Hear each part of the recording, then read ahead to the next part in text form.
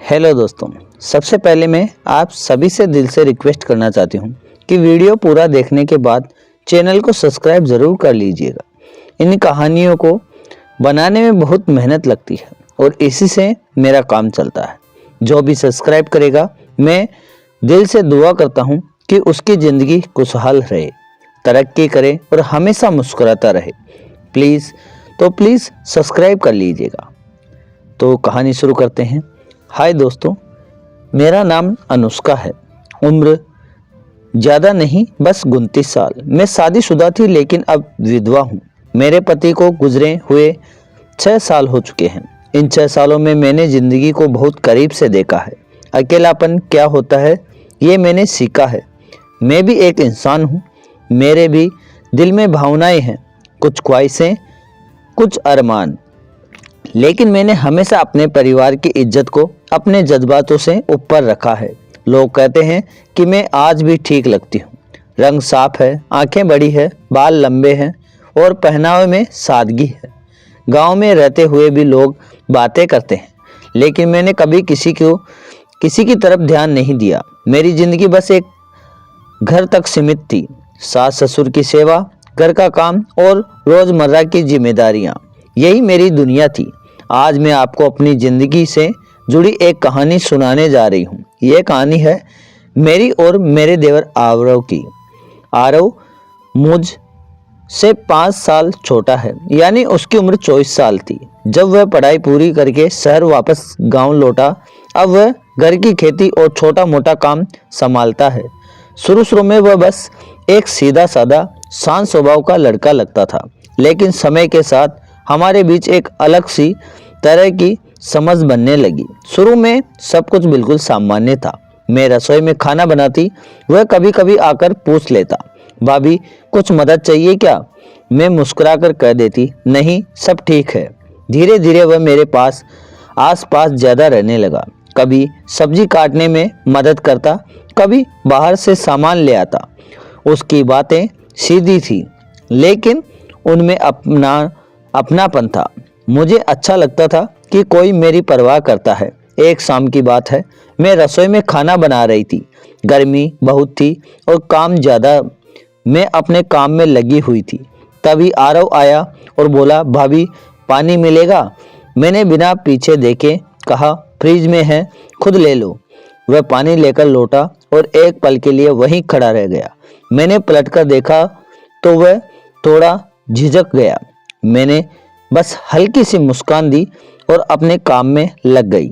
वह बिना कुछ बोले चला गया। उस रात मुझे नींद नहीं आ रही थी। मन में अजीब से ख्याल आ रहे थे।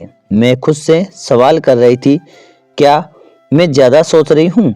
शायद हाँ, लेकिन अकेलेपन में इंसान छोटी छोटी बातें को भी ज़्यादा महसूस करने लगता है।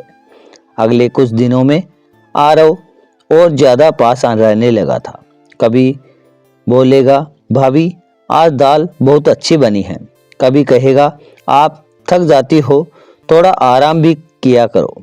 मैं हंसकर टाल देती, लेकिन सच ये था कि उसकी बातें मेरे दिल को सुकून देती थी। एक दिन मैं बाल सुखा रही थी, बाल खुले हुए थे। आरव बाहर से बोला, भाभी आपके बाल बहुत अच्छे हैं। मैंने मुस्कुराकर कहा, हाँ तुम्हारे भैया को भी बहुत पसंद थे। वह एक पल चुप रहा, फिर बोला, अब भी अच्छे लगते हैं भाभी। मैंने मजाक में कहा, अच्छा तो देख लिया करो।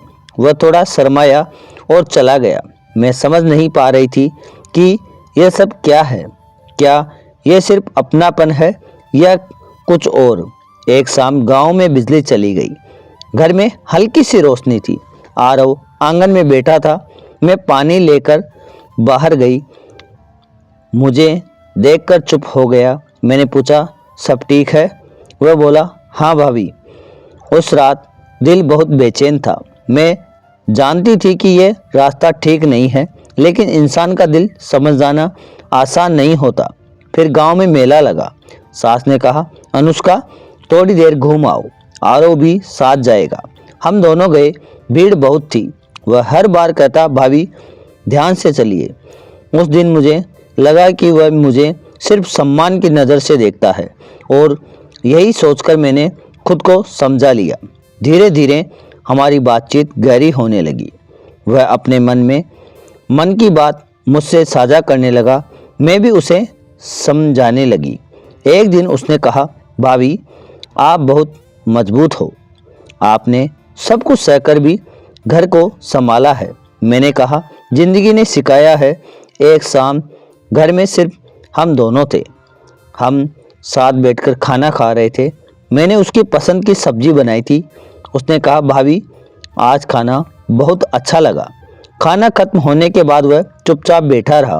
फिर बोला, भाभी मैं आपसे कुछ कहना चाहता हूँ। मैंने कहा, कहो। वह बोला, आप मेरे लिए बहुत खास हो, मैं आपकी बहुत इज्जत करता हूँ। मैंने शांत स्वर में कहा, आरव ये रिश्ता बहुत पवित्र है, इसे समझदारी से निभाना जरूरी है। वह चुप हो गया। हम दोनों कुछ देर तक बिना बोले बैठे रहे। रात को आंगन में चांदनी थी। हम दोनों चारपाई पर बैठे थे। बहुत देर तक खामोशी रही। फिर मैंने कहा, आरव कुछ बातें दिल में ही रह जाए तो बेहतर होता है। उसने सिर हिला दिया। कुछ रात के बाद से चीज़ें अजीब सी हो गई। सब कुछ पहले जैसा दिखता था, लेकिन अंदर कुछ बदल चुका था। आरव अब भी वही काम करता, वही बातें करता, लेकिन उसकी खामोशी में बहुत कुछ छुपा था। और मैं भी खुद से लड़ रही थी। सुबह जब मैं पूजा करती, वह दरवाजे पर खड़ा होकर चुपचाप देखता।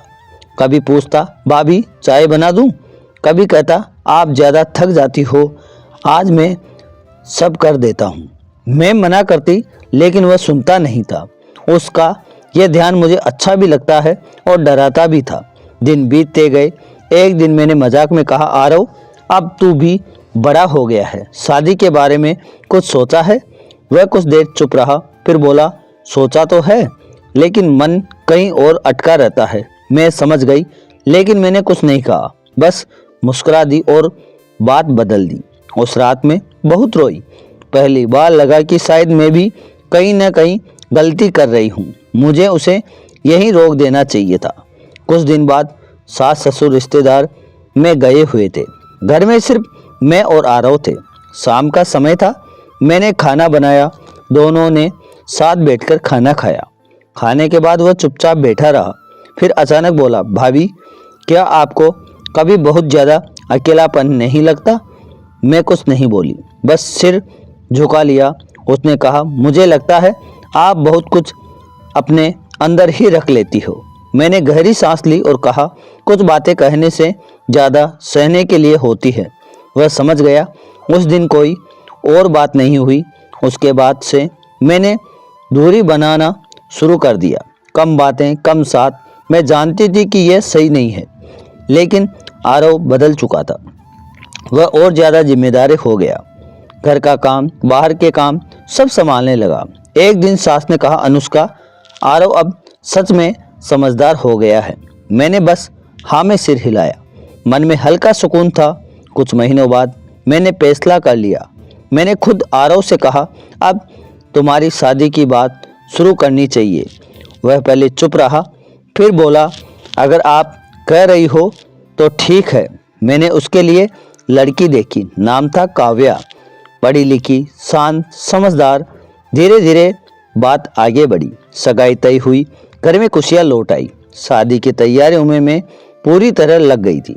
कपड़े, जेवर, रस्में, सब कुछ ऐसे कर रहे थे कि जैसे मेरा अपना बेटा हो। शादी के दिन आरव दूल्हे के कपड़ों में बहुत सुलझा हुआ लग रहा था।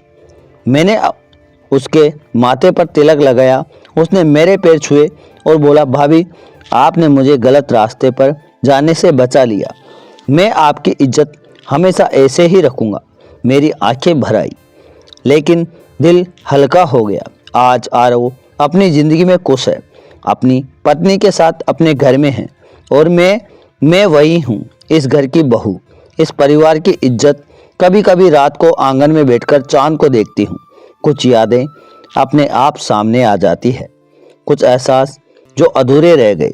लेकिन अब दर्द नहीं होता, क्योंकि मुझे पता है कुछ रिश्ते पूरे होकर नहीं, बल्कि संभल कर छोड़े जाने पर खूबसूरत बनते हैं। यही मेरी कहानी थी, जहाँ कुछ हुआ नहीं लेकिन बहुत कुछ समझ आ गया। तो दोस्तों, अगर ये कहानी आपके दिल को छू गई हो तो आपके चैनल लव टेल्स 102 को सब्सक्राइब करना मत भूलिएगा। तो कमेंट में ज़रूर बताना। मिलते हैं अगली कहानी में, तब तक के लिए बाय बाय, धन्यवाद।